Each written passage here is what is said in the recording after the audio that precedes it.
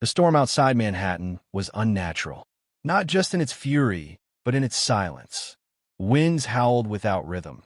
The rain fell sideways, and lightning crackled across skies that had forgotten how to be blue. Inside the UN Emergency Climate Council chamber, screens flickered between live disaster feeds, flooded metro systems, fire-naked forests, and dead coral that stretched like bone fields beneath the Pacific. Yet no one spoke of the storm. Their attention was fixed on the signal. It came 3 days ago, an untraceable broadcast triangulated over 24 nations, transmitted in mathematical harmonics no human machine had yet used. A pattern, a language, then images, celestial maps, equations modeling climate decay. A final symbol repeated again and again, glowing like an eye. It meant nothing until it meant everything. They called themselves the Cariel. Mira Jansen leaned forward in her seat, dark curls tied back in a military braid, her scientist badge tucked into a chest pocket stained with old coffee. She hadn't slept in nearly 30 hours. "Run it again," she said, voice hoarse.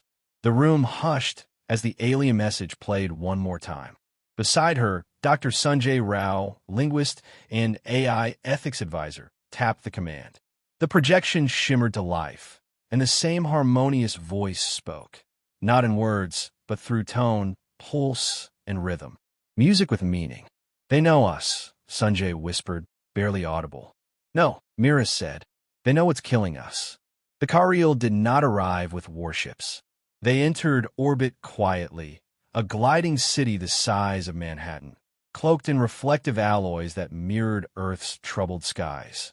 A single craft detached and entered Earth's atmosphere over the Pacific, its landing precise, gentle, even, on a reclaimed green zone outside of Tokyo.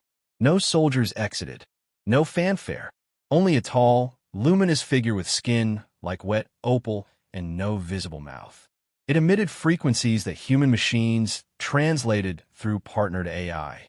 The first message was a warning. Your biosphere is decaying faster than your own instruments detect. Your window for planetary reversal is under 42 Earth years. We offer insight, not dominion. World leaders met, fragmented by fear, ego, and centuries of mistrust. Some refused to believe. Others demanded immediate technology transfers. But the Cariel remained steady. They would only communicate through cooperative knowledge. Give and receive. Share and learn. It was not a gift. It was a bargain. Mira found herself at the center of the exchange. Her research into Earth's deep feedback loops had earned her the nickname the Carbon Oracle, and she hated it. But the Cariel requested her presence, by name. She stood now before their emissary in a sterilized chamber, speaking not to its face but to the vibrating field it projected. "What do you want from us?" she asked, eyes narrowed. The Cariel's translator flared. "Survival. For both." "Why help us?" she pressed. "Why now?" There was a long pause. Then, "Because we saw the same decay. We acted too late. You still have a choice." Later, Mira would stare for hours at the footage of the Cariel vessel's hull, how it shimmered like heat rising from desert roads, absorbing the changing climate with ease, as if adapting on the fly. Sanjay theorized it was partially alive. The Cariel, he said, had long abandoned the idea of separation between biology and engineering. But the deeper mystery wasn't what the Cariel were. It was why they seemed afraid. In a classified debrief, Mira met with General Raymond Cole, head of Earth's Joint Climate Security Command. "They're hiding something," he said flatly. "They're giving us information too fast. They want us desperate. They're not invaders, General." "No, but they are survivors. And survivors know how to lie when the ship's sinking." A week later, the Cariel shared their first major technology, biocarbon converters, devices capable of drawing carbon from the air and transforming it into inert mineral structures. They claimed they could reverse 50 years of emissions in less than 1 decade if deployed globally. The converters were sleek, organic-looking, humming with quiet energy, and coated in a membrane that shimmered like skin. They worked. The prototypes turned Beijing's air from ash to clarity in under 72 hours. But they also required raw material, rare metals, which the Kariel refused to supply. They want us to give something up, Mira muttered during a private call with Sanjay. Not just resources. Trust. Control. Maybe that's the test, he said. Maybe survival is the currency. Public reaction split down the fault lines of culture and politics. In some nations, Kariel temples formed overnight, worshippers calling them angels. In others, riots broke out at converter sites, protesters calling it alien blackmail. The Kariel remained silent amid the noise, refusing to interfere. It was during this unrest that the second message arrived, different, slower, more personal. It wasn't transmitted globally. It was sent only to Mira, routed through the Tokyo base's primary data feed. You asked why we help. Our own world was beautiful once. It burned, not from war, but from time, denial, and pride. We see the same beginning in your atmosphere. But we have never seen species so fierce in spirit. You may still turn back, or you may become what we became, wanderers breathing memory instead of air. Mira read it 3 times. She didn't cry. She didn't speak. She walked to the viewing deck where the Kariel vessel hovered low in the atmosphere, its presence a mirror reflecting Earth's chaos below. She watched the clouds shift around it, listened to the storm's hollow rage outside, and whispered a single thought. What did they see in us that we no longer see in ourselves?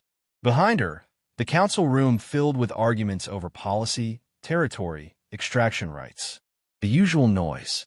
The Kariel had arrived, not to conquer, but to witness. Whether Earth would save itself or not was no longer a matter of technology. It was a question of will. And will, Mira knew, was far harder to calculate than carbon. The storm pressed against the glass, blurring the lines between sky and ship. The countdown had already begun. The Kariel were not immune. It began subtly. A low tremor in their skin membrane, a glitch in the vocal harmonics of their translation field. Mira noticed it first, how the emissary's glow flickered when the humidity rose, how its reactions grew slower each day it remained on Earth's surface. At first, the signs were dismissed as stress. But after the Tokyo delegation collapsed, 3 Kariel convulsing under Earth's ozone-thin sun, the truth surfaced like a bruise beneath ice. Earth's climate wasn't just hostile, it was lethal to them. The irony is almost unbearable, Sanjay said, staring at the bio-readings. They came to help us survive, and now we're the threat. No, Mira replied, not looking up from the data. Our failure is the threat. We built this death trap 1 degree at a time. Despite the converters scrubbing air across major metro zones, it wasn't enough. Methane plumes, released from long-frozen seabeds, had begun their rise, trillions of tons unaccounted for in every Kariel model. Myra's team had called it the ghost layer, a final domino in climate collapse. It was happening decades sooner than even the worst simulations predicted. At a joint assembly in Geneva, the Kariel revealed the unthinkable. Their biology, evolved under cooler, balanced atmospheric pressure, could not survive a 3-degree increase. Earth's path was barreling toward 5. Your planet is becoming uninhabitable, their emissaries said, voice more fragmented than before. For you, it is a slow death. For us, it is immediate. The room fell silent. General Cole stood first. Then perhaps you should leave. We never invited you. They didn't come for sanctuary, Mira snapped. They came because they thought we had a chance. The division wasn't new, but now it had shape. Across the world, new factions rose. The Sovereign Earth movement pushed a hardline message. Human solutions for human problems. No alien interference. In underground forums, hate speech spread like wildfire. They brought their sickness, some said. They want our world. The Kariel withdrew from public exposure. They stopped issuing new tech. Their orbiting vessel dimmed, pulsing slower like a wound trying to clot. Yet they still sent data, oceanic models, glacier decay forecasts, and urgent messages for coordinated geoengineering. The most controversial proposal arrived 2 weeks later. A method to cool Earth's temperature, injecting sulfur aerosols into the stratosphere to reflect sunlight. The technique, known on Earth as solar radiation management, was controversial. The Cariel method used quantum dispersion to localize the effect, minimizing impact on agriculture, but it had a price. If deployed globally, Mira explained at the Council's midnight session, it could stabilize surface temperatures in under 10 years. But it would disrupt the Cariel's neural harmonics. Their sensory systems are light-based. The change would be like living under strobe lighting for the rest of their lives. General Cole looked at her, unmoved. And what do they say about that? They say they'll support whatever choice we make. Then we make the one that saves us, he said. Even if it kills them? He shrugged. It's our planet. That night, Mira walked the edge of the Pacific Reclamation Zone, boots crunching over synthetic coral beds designed to coax marine life back from extinction. Above, the Cariel vessel shimmered faintly, now always distant, always silent. She remembered a line from the first message. You may become what we became, wanderers breathing memory instead of air. They had lived through this before, and maybe that was why they were silent now. Not because they didn't care, but because they understood how choices hardened when death stared both species in the face. The next morning, the first Cariel body was found on the shore of Chile's northern coast. It had collapsed without warning. The skin was scorched, the harmonics dead. They did not decompose like humans. Instead, the body crystallized, an alien memorial left behind like a prism. No note, no message. The world mourned, but only for a moment. In the weeks that followed, 2 nations tested the solar dispersal without council approval. The effect was immediate. Temperatures dropped half a degree. Crops stabilized. Heat waves relented. The Cariel response was silence. Sanjay confronted Mira in the corridor of the Geneva compound. They're going to leave, he said, voice hollow. They can't, she whispered. Not yet. Then we have to ask ourselves, if they stay and die for us, what does that make us? Mira didn't answer. She entered the Cariel chamber alone, the air inside thick with bioluminescent mist. The emissary, now dim, movement sluggish, greeted her not with words, but with a projection. It was Earth, years into the future. Blue again, green pulsing like veins. The Cariel were not there. We chose to come, the voice said. We knew it would end like this. But why? Because when our skies turned black, no one came. We did not want to be what the universe remembered us for. Tears stung her eyes. What do you see in us? She asked. The emissary tilted, a faint pulse running across its skin. Not what you are, what you still could be. The message wasn't just to her. It was a mirror for all of humanity.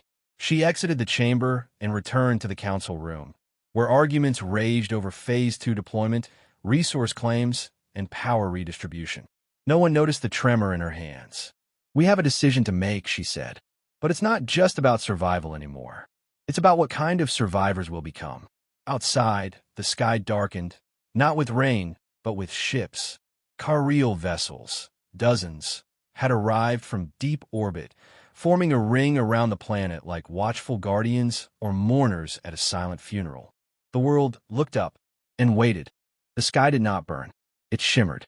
From every continent, people watched as the Cariel fleet settled into low orbit, their ships forming a geometric array across the upper atmosphere, casting hexagonal shadows on the clouds. The world held its breath, expecting some final judgment or exodus. Instead, a new message was received, this time not through diplomatic channels or AI translation, but through the global neural net, interrupting feeds, projections, even dreams. We leave soon, but not empty-handed, and not without offering you what was once denied to us. It wasn't a threat. It wasn't surrender. It was a farewell and a bequest.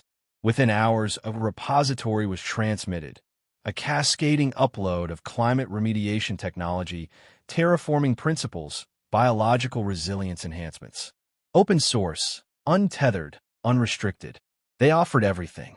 It was more than humanity could have asked for, more than some had dared to hope. And it came with only one condition: no ownership. General Cole was livid. You don't hand God-tier technology to 7 billion people without oversight. It'll be weaponized before sunset. Mira didn't answer him. She watched the interface flow like liquid fire across her tablet. Thousands of blueprints unfolding, each representing a tool Earth could use to reclaim its balance. These weren't just machines. They were promises. Sanjay joined her in the observation bay. "They're not waiting for thanks, are they?" "No," she said. "They're hoping we don't make their mistake." But not everyone was ready to cooperate. Half the council pushed for immediate control over the Kariel database, monetization, patents, national defense applications. Another faction, younger, more globally minded, proposed a distributed protocol where nations would implement different technologies and share real-time results. A race not for power, but for healing. The deadlock lasted for 5 days. Then a city drowned. Lisbon, already battling coastal instability, succumbed to a megastorm amplified by methane burst currents. A 5-story wall of water collapsed the western district in under 2 hours. Thousands died. Infrastructure vanished. The converters couldn't compensate. Solar dispersal delayed the worst, but not enough. Something cracked in the world's collective psyche. For once, it wasn't grief that followed. It was clarity. Within a week, major world powers signed the Gaia Compact, a global, non-corporate, scientific cooperative dedicated to full-scale biosphere rehabilitation using Kariel tech. Mira was appointed lead of the Core Implementation Council. Sanjay was tasked with bridging alien-human interface data for medical integration. But the Kariel were already fading. Their vessel's light dulled by the day, its structure showing signs of entropy. It was clear now they had never intended to stay. The sacrifice had always been a timeline. The question wasn't if they would die. It was when. Mira visited the last emissary the morning before departure. It had ceased emitting frequencies. Its form was dim, nearly translucent, a presence rather than a body. But she could feel its attention when she entered. "I came to thank you," she said softly. A flicker. Then the harmonics returned, faint like wind through reeds. "We did not come for thanks. We came to remember." To remember what? That mercy is possible. She stood in silence. Then, impulsively, she reached out, not touching but offering her palm forward, open. "Your memory won't die here," she said. "We won't let it." That night, as the Kariel vessel began its ascent, people gathered in cities, in deserts, in rural clearings, and flooded rooftops. The sky pulsed with low light. No speech, no spectacle, just departure. They left no monuments. Only data, tools, and a question. Weeks passed, then months. Under the Gaia Compact, humanity worked faster than ever before. Not driven by fear this time, but by momentum. Rewilding zones expanded. Ocean stabilization programs began. Cities relocated inland. The first generation of Kariel-modified atmospheric regulators was deployed in New Delhi, Johannesburg, and Sao Paulo. For the first time in decades, carbon levels fell, not marginally, but measurably. Still, there were losses. Species gone. Cultures displaced. Wounds that wouldn't heal. One evening, Mira stood atop the scaffolding of a reforestation tower outside Nairobi. Wind tugged at her coat, carrying the scent of new soil. Sanjay joined her, eyes fixed on the horizon where green bled back into the land. "They didn't save us," he said. "No," Mira replied. "They reminded us how to save ourselves." A moment passed. "Do you think they'll survive?" he asked. "I don't know." She reached into her coat and withdrew a small, crystal-like fragment. Kariel material, once part of the emissary chamber. Now inert, but when light passed through it, it scattered in perfect fractals. "We'll remember them either way," she said. "Not as saviors, as witnesses." The wind shifted. Above, stars blinked across a clearing sky. No ships, no watchers. Just Earth, fragile and furious, and finally waking from its fever dream. Mira closed her eyes. The war was never between species. It was always against time. And for the first time, humanity was starting to win. The world was burning, quietly, subtly, but with relentless certainty. Beneath the artificial hum of conditioned air and the static flicker of satellite news feeds, the Earth groaned. Dr. Ayan Malik stood at the observation window of the Global Climate Archive in Geneva, her fingers pressed lightly against the glass as if touch alone could connect her to a planet slipping away. The Alps in the distance were faded ghosts, their peaks bruised by ash-filled skies. The glaciers had retreated long ago. Ayan was not young, but neither had time weathered her fire. Her eyes, sharp and dark, searched the horizon not for answers, but for permission to still hope. Behind her, a terminal chirped softly, data cascading in colored streams across the screen. Atmospheric readings, ocean salinity, a map of the biosphere's slow collapse. Numbers that told the same story over and over. She turned away from the window, summoned by a familiar voice from the intercom. "Dr. Malik, you'll want to see this." In the control center, her colleague and occasional sparring partner, Elliot Sy, gestured toward the live feed. His usual calm was taught with something deeper. Uncertainty? Fear?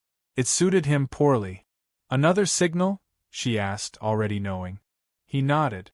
"Same source. Same modulation pattern. But this time it's direct. It's asking for you." Her breath caught. "By name?" "Yes. Specifically, your genetic identifier." Silence stretched between them. The signal wasn't Earth-made. Months ago, Econet had detected what they'd thought was background noise from space, oscillating pulses that, when decoded, formed basic linguistic patterns. Then came symbols, equations, even visual mappings. Now, something more, intention. She approached the console, heart pulsing against her ribs. The transmission was brief, elegantly simple. "Dr. Ayan Malik, we have watched. We remember. Do you wish to survive?" Elliot leaned in. "It's like they know what we're about to ask." "We haven't even asked it," Ayan replied, her voice low. "But we've thought it." Outside, thunder rolled like a warning from the heavens. Rain would fall, maybe. Or maybe it would skip over them again like it had for weeks. The planet's rhythms no longer answered to logic. Ayan straightened, her mind cutting through the noise. "I'm responding." Elliot looked alarmed. "That's not protocol. Neither is extinction." She keyed in a response. "Define survive." The reply came instantly. "To endure without losing what makes you. To remain changed yet true." She stared at the screen. It wasn't an answer. Not exactly. But it wasn't cold either. It was understanding. "Who are they?" Elliot asked, not really expecting an answer. "Someone who's already been through this," Ayan murmured. That night, Ayan lay awake in the steel-gray dormitory the archive provided its core researchers. The buzz of air filters, the faint glow of data panels, this had become her lullaby. But tonight, rest evaded her. Instead, she thought of the message, of the mind behind it. Was it a collective? A lone voice? A remnant of some alien civilization watching theirs fail like a rerun? They had watched. They remembered.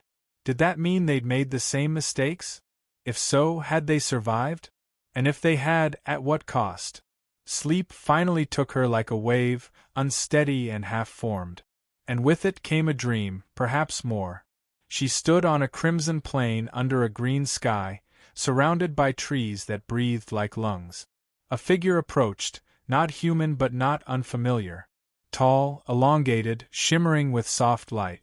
"We mourned once too," it said, not with sound, but in a pulse she felt in her chest.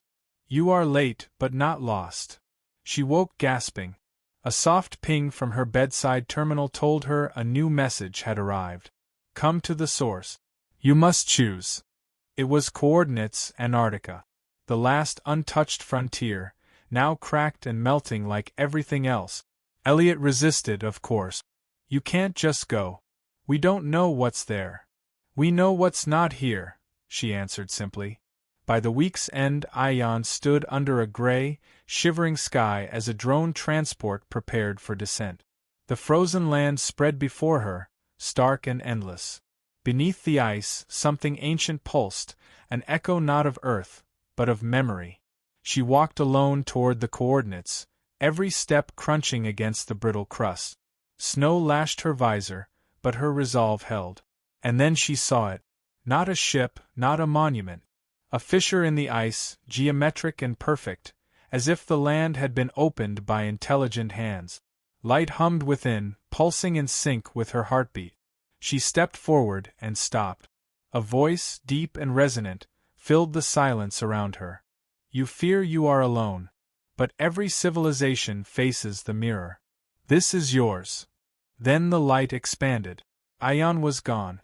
And in her place, something stirred. Something ancient. Something new. The signal was no longer just data. It was a door.